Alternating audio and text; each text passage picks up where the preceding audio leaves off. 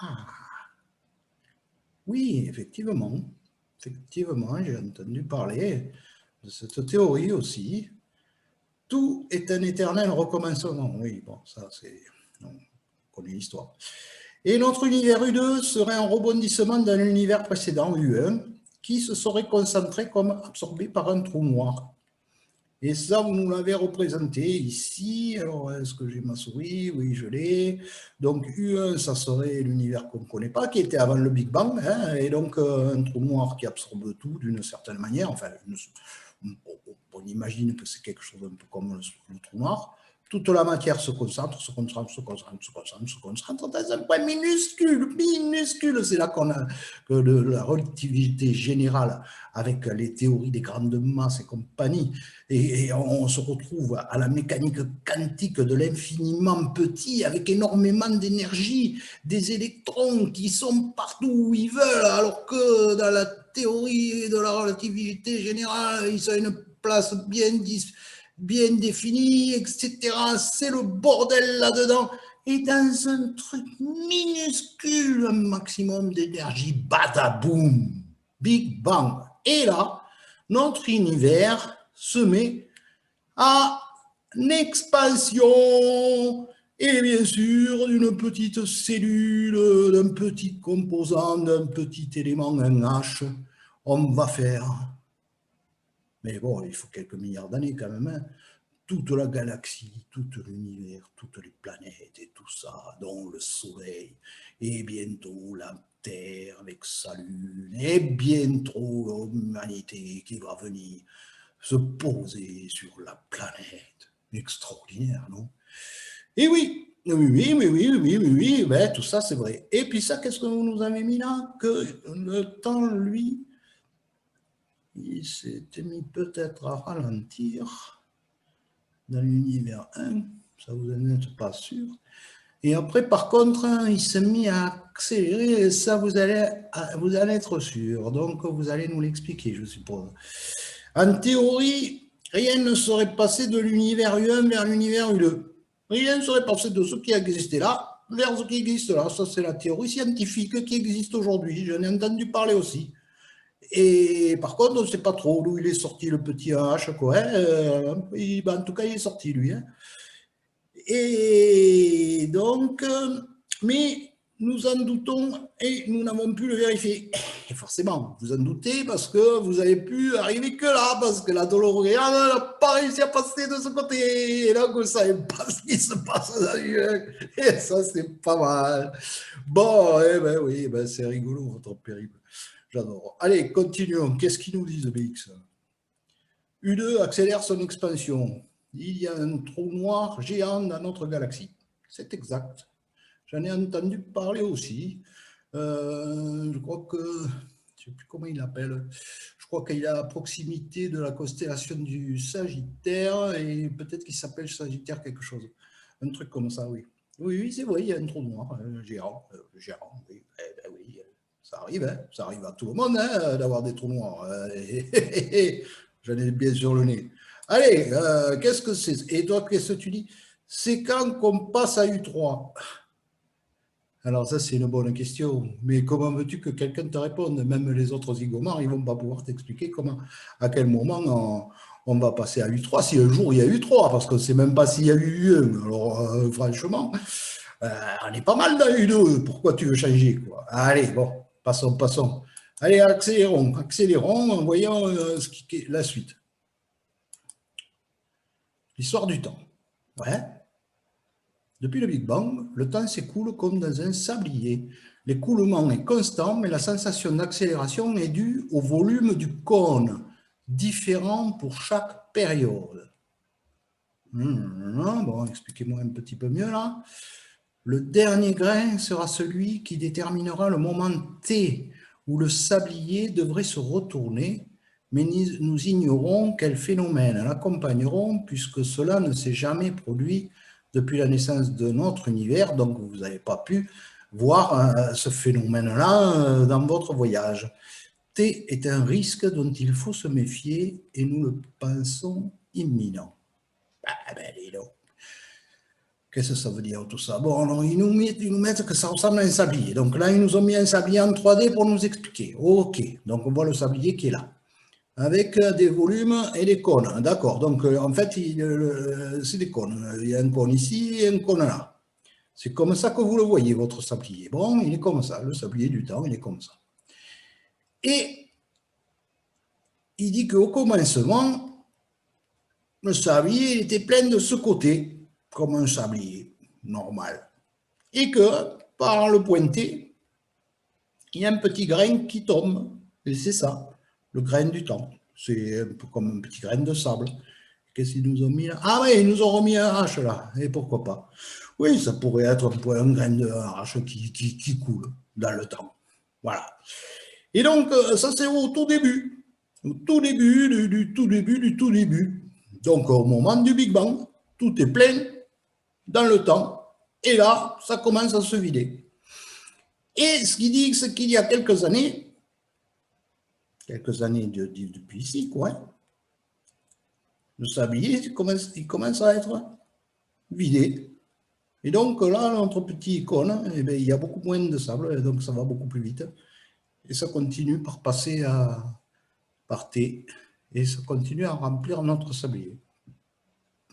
Ouais, d'accord, mais il y a un risque, effectivement, parce que s'il nous faut que ça va être vidé, qu'est-ce qui va se passer? Et on peut se poser la question. Et quand tout sera passé dans l'autre côté, qu'est-ce qui va se passer? Soit ça reste comme ça, et le temps s'arrête. Et si le temps s'arrête, ça va être compliqué. Ça va être bizarre. Hein. Qu'est-ce que ça peut faire si le temps s'arrête? Ouais, c'est une théorie. Ou alors, comme vous l'avez marqué, il faudrait le retourner. Mais si on le retourne, forcément, ce qui coûtait quelques heures ou quelques journées, parce que c'était au bout du sablier, tout d'un coup, ça va équivaloir à des milliards d'années.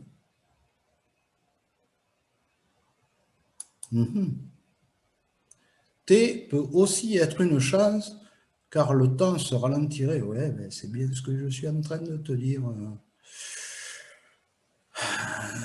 Tout à l'heure, c'est bien ce que je suis en train de te dire. Mais ça peut être aussi comme ça, comme vous pouvez le voir. Mais encore faut-il que cette théorie du sablier elle soit juste. Hein. Moi, c'est la première fois que j'en entends parler hein, de ce truc-là. Bon, et toi, qu'est-ce que tu en penses, BY? Une sorte de périgée vers une vie éternelle. Un périgée, oui, c'est le contraire de l'apogée, donc ça veut dire qu'on est descendu la plus petite vitesse d'écoulement du temps. Et du jour au lendemain, pouf, on passe à une vie éternelle. Si ça s'arrête, si ça s'arrête, pourquoi pas. Ou alors, si le truc se met à se retourner, on va repartir sacrément au ralenti, quoi, par rapport à la vitesse d'aujourd'hui. Ouais, ça c'est des théories, mais bon, c'est des théories. C'est des théories. On ne sait pas. On ne sait pas, en fait. Et je suis sûr que vous n'avez pas trouvé la vérité de tout ça, quand même. Et où alors? Qu'est-ce qu'ils nous disent? Il faut remonter le temps. Voilà. Le temps s'est écoulé en spirale. Il faut changer à chaque révolution qui représente le dernier septième de la révolution précédente. Notre modèle de spirale du temps est à optimiser et nous n'avons pas encore suffisamment d'éléments pour la caler avec le temps écoulé. C'est-à-dire que vous avez trouvé un modèle qui marche par septième. Je ne sais pas pourquoi c'est des septièmes que vous mettez là comme ça, mais bon, d'accord. Et donc, ce modèle, vous ne l'avez pas calé, vous n'arrivez pas à le caler, c'est-à-dire que par rapport à aujourd'hui, vous n'avez pas réussi à caler exactement où ça tombe. Oui, d'accord. Alors voyons, eh ben, écoutez, vous pouvez nous expliquer le modèle. Eh ben dis donc, ça c'est du modèle, quoi. Hey, hey. Bon, alors qu'est-ce qu'il nous dit? Qu'est-ce qu'il nous dit? C'est en spirale. Ouais, spirale, là, on la voit bien, ta spirale. Hein. Il y a des spirales ici. Et ça marche par septième, c'est-à-dire quoi? C'est-à-dire qu'en fait, les 6 premières, les 6 premières parties de la première spirale, on va la voir ici. Et après, la septième, elle va être de nouveau décomposée en 6 premières parties, et la septième va de nouveau être décomposée en 6 premières parties, et la septième en 6 premières parties, et ainsi de suite, jusqu'en bas. D'accord, bon, je vois à peu près. Je vois à peu près. Révolution numéro 1. HU, ça je suppose que vous l'avez mesuré, hein, que vous ne racontez pas des histoires. Hein. Je suppose que vous avez fait avec les volumes des cônes, hein, et la hauteur, donc vous avez coupé en 7, d'accord, et puis après vous avez regardé le volume du cône qui s'écoule dans le truc, et vous avez dit, vous aviez le diamètre. Ah oui, mais le diamètre, à la limite, on s'en fout un peu. Oui, si on connaît le... Oui, d'accord, je vois à peu près. Je vois à peu près comment on peut faire. Oui, d'accord, je vois. Bon, on vous fait confiance là-dessus. Alors, donc, vous dites que sur le premier coup, HU, 13 milliards d'années. D'accord, à peu près 13 milliards d'années. Du Big Bang, en fait, hein, et de l'atome d'hydrogène à l'univers tel qu'on le connaît à peu près actuellement avec la matière, les micro-organismes vivants. Donc ça, c'est HU. Vous l'avez appelé la révolution HU, ou l'hélice HU de la spirale, ouais. La première hélice de la spirale. Voilà. Ensuite, R2. R2, vous nous l'avez mis ici. UM, c'est de là à là, R2. Environ 500 millions d'années. Ouais. Le peuplement de la Terre par les animaux et les végétaux, avec les lointains ancêtres de l'homme sortis de la mer, puis leur disparition quasi totale. Donc, de U à M, ici, on voit les dinosaures, on voit les hommes, on ne les a pas trop vus, mais ils doivent y être là par là, c'est trop petit pour moi, et puis l'extinction des dinosaures.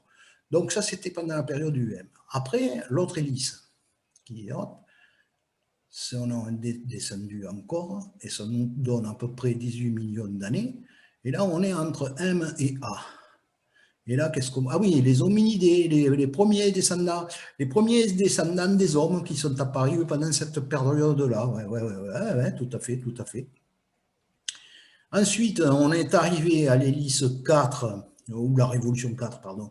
Et là, c'est entre A et N. Et entre A et N, ça fait 640 millions d'années. Et c'est là que est apparu l'Homo sapiens et les premiers poulets aussi, apparemment, les premiers poulets qui sont sortis là. Voilà. Et ensuite, R5 de N à I. De N à I, c'est R5 ici, environ 23 000 ans, 23 000 ans à peu près.